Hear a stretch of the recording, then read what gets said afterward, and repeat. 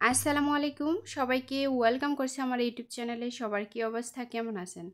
I hope সবাই ভালো আছেন, সুস্থ আছেন। আমিও আলহামদুলিল্লাহ ভালো আছি। দেখতে দেখতে আমাদের রমজান মাসটা কেটে গেল, মনে হয় এই তো কিছুদিন আগেই আসলো। কিন্তু জানি না আল্লাহ তাআলা আমাদেরকে কতটুকু ক্ষমা করবেন, আমরা আল্লাহর কাছে কতটুকু ক্ষমা চাইতে পেরেছি, কতটুকু ইবাদত করতে পেরেছি। তা আল্লাহ তাআলা যেন সবাইকে ক্ষমা করে দেন। এই মাছগুলো হচ্ছে টাকি মাছ, সাথে আছে শিং মাছ। আমাদের এখানে গ্রামের বাসায় এই মাছগুলাকে জিওল মাছ বলে। এই মাছগুলা খেতে কিন্তু ভীষণ মজার, চড়চড়ি করলে অসাধারণ হয়। টাকি মাছের ভর্তা কিন্তু খুবই প্রিয় একটা খাবার, সবারই কিন্তু একটা জনপ্রিয় টাকি মাছের ভর্তা। আর তাজা মাছ খেতে কার না ভালো লাগে বলেন, তাজা মাছ কিন্তু সবারই প্রিয়।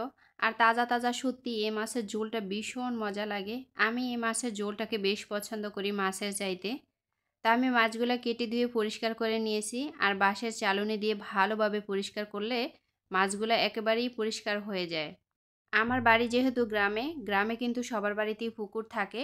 আর আমি কিন্তু সব সময় পুকুরে কাজ করি, বাঁশের চালনি দিয়ে সব সময় মাছ পরিষ্কার করি।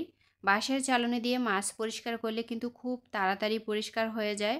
আমার কাছে খুব সহজ মনে হয়, অন্যান্যভাবেও ট্রাই করে আমি দেখেছি। তো আমি সব সময় বাঁশের চালনি দিয়ে পরিষ্কার করার চেষ্টা করি। এই মাছগুলাকে আমি যখনই চড়চড়ি করি আমি কিন্তু খুব ছোট ছোট করে কেটে নেই, আর ছোট করে কেটে নিলে চড়চড়িটা কিন্তু খেতে ভীষণ মজার হয়। আর এই মাছগুলো ছোট ছোট করে কাটার পরে কিন্তু দেখেন অনেক লাল পানি বের হয়েছে। ছোটবেলা থেকে মা, দাদি, জেঠি সবার কাছে শুনেছি মাছ যত বেশি পরিষ্কার করা হবে ততই মাছের স্বাদ বাড়তে থাকবে। তা আমি সব সময় চেষ্টা করি মাছ ভালোভাবে ধুয়ে পরিষ্কার করে নেওয়ার। এই মাছগুলা আমাদের এখানে একটু বেশিই পাওয়া যায়, যেহেতু আমাদের এখানে ছোট ছোট কূপ আছে। আর গ্রামে বাড়ি থাকলে যাদের ছোট ছোট কূপ থাকে বাড়ির আশেপাশে, বিলে, নদীতে, যেখানেই হোক না কেন, এই মাছগুলা কিন্তু বেশি পাওয়া যায় সেখানে। আর এই মাছগুলা কিন্তু খুবই শক্তিশালী মাছ, আমাদের স্বাস্থ্যের জন্য অনেক উপকার। বিশেষ করে রক্ত তৈরি করতে কিন্তু এই মাছ সবচেয়ে বেশি ডক্টর বলেন খাওয়ার জন্য। তো সব সময় চেষ্টা করি এই মাছ খেতে। বিশেষ করে গর্ভবতী মহিলাদেরকে আমাদের এখানে এই মাছগুলো বেশি খাওয়ানো হয়, কারণ তখন কিন্তু তাদের পুষ্টির খুবই অভাব থাকে। তো এই মাছ যেহেতু খুবই শক্তিশালী, রক্ত পূরণে সহায়তা করে, তাদের জন্য কিন্তু অনায়াসেই এই মাছ খাওয়ানো হয়।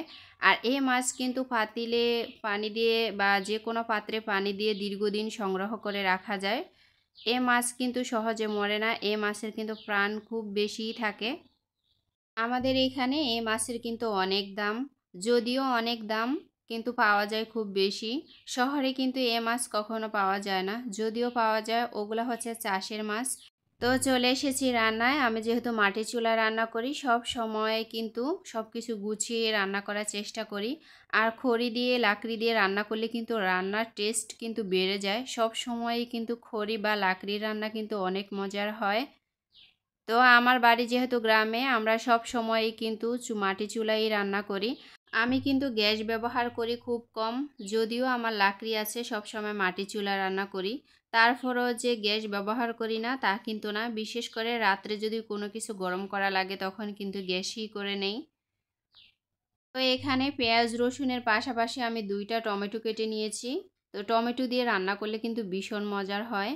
টাকি মাছ রান্নার সাথে কিন্তু আমি সবসময় আদা ব্যবহার করি।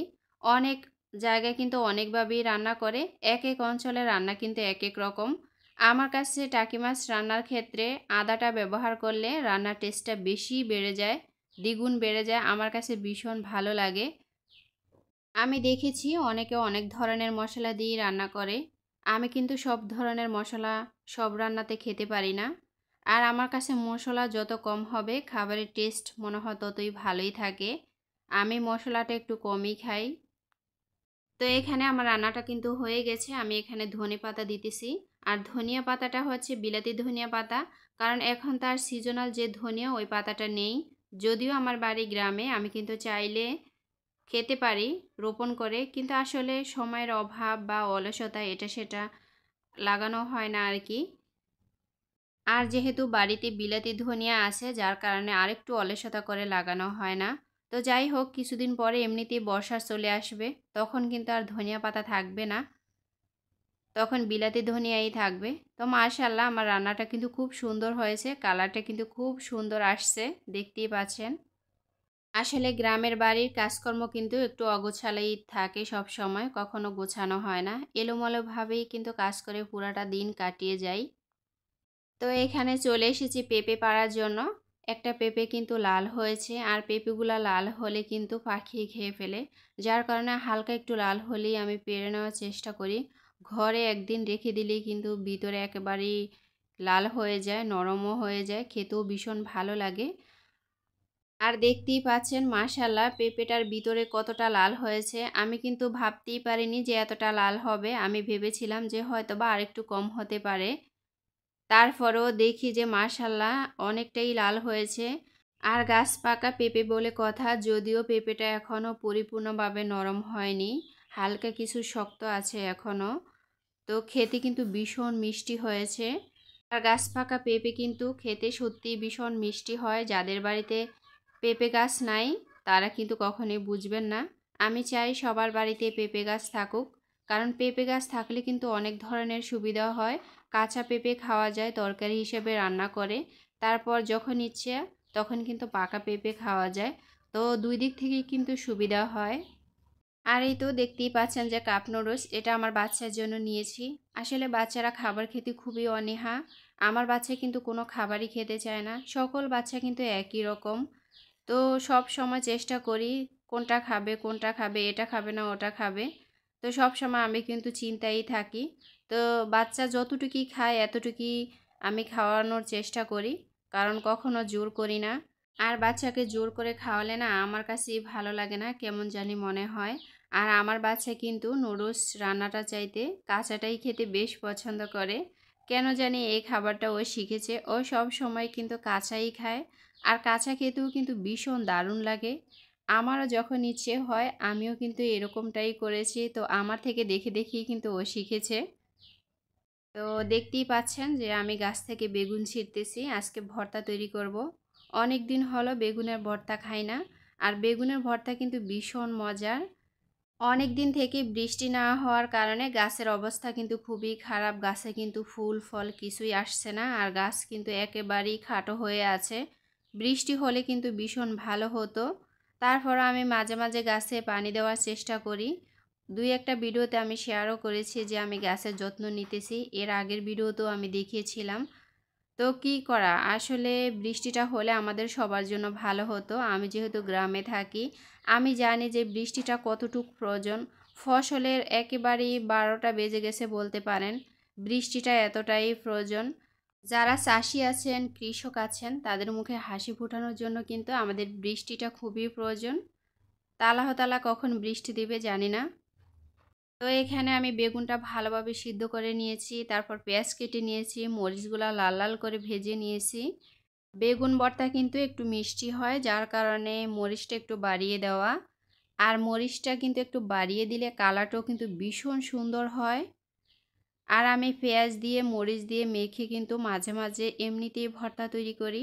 এটাকে আমাদের এখানে পেঁয়াজের ভর্তা বলে, বিশেষ করে পান্তা ভাত দিয়ে খেতে কিন্তু ভীষণ মজার হয়। কোথাও এরকম খায় কি না আমি জানি না, আমাদের গ্রামে কিন্তু এরকম খায়। তবে আগে কিন্তু বেশি খেত, এখন আর সচরাচর ওরকম খাওয়া হয় না। আর বেগুন ভর্তাতে আমার কাছে সবচাইতে বেশি পেঁয়াজ ব্যবহার করলে ভালো লাগে। আমি সব সময় কিন্তু বেশি পেঁয়াজ দিয়ে তারপর বেগুনের ভর্তাটা তৈরি করি। আর বেগুনগুলা মাশাল্লাহ এত নরম ছিল, আমি একটু একটু করে চেয়ে চেয়ে নিচ্ছিলাম যে ভিতরে পোকা আছে কিনা, কিন্তু কোনো পোকা ছিল না। আর বাজার থেকে বেগুন আনলে সব সময় কিন্তু ভিতরে পোকা পাই, কখনো ভালো বেগুন কিনতে পারি না। দেখা যায় 1 কেজি বেগুন কিনলে সেখানে হাফ কেজি কিন্তু ফেলে দেওয়া লাগে। তো গাছের বেগুন বলে কথা, মাশাল্লাহ এত ভালো ছিল আর এত নরম ছিল। ভর্তাটা বানাতে আমার ভীষণ ভালোই লেগেছে। তো আমার মতো করে কে কে বেগুন ভর্তা খেতে পছন্দ করেন অবশ্যই আমাকে কমেন্টসের মাধ্যমে জানিয়ে দিবেন। আমার প্রিয় আপুরা, আপনারা যারা আমার ভিডিও দেখেন তারা আমাকে ভালোবেসে কিন্তু ভিডিও দেখেন। আমার বেগুন ভর্তা দেখে হয়তোবা আপনাদের জিভে জল চলে আসবে। আর চলে আসারই কথা, কারণ বেগুন ভর্তা কে না খায় বলেন। অবশ্যই আমাকে কমেন্টসের মাধ্যমে জানিয়ে দিবেন আমার ভর্তাটা কীরকম হয়েছে। তো মাশাআল্লাহ দেখতেই পাচ্ছেন কথা বলতে বলতে আমার ভর্তাটা কিন্তু হয়ে গেছে। মাশাআল্লাহ এত ভালো লাগছে, খেতেও কিন্তু ভীষণ দারুণ হয়েছিল। ইফতারি করার পরে কিন্তু গরম ভাতের সাথে এই বেগুন ভর্তাটা থাকলে আর তুলনাই হয় না। তো সেই সাথে কিন্তু ডাল রান্না করেছি, আর ভর্তার পাশাপাশি কিন্তু আমার ডাল থাকতে হয়, এটাই স্বাভাবিক। আমি ডাল দিয়ে ভর্তা দিয়ে গরম ভাত দিয়ে খেতে ভীষণ পছন্দ করি। তো সবাই ভালো থাকবেন, আজকের মতো এখান থেকে বিদায় নিতেছি। আসসালামু আলাইকুম, আল্লাহ হাফেজ।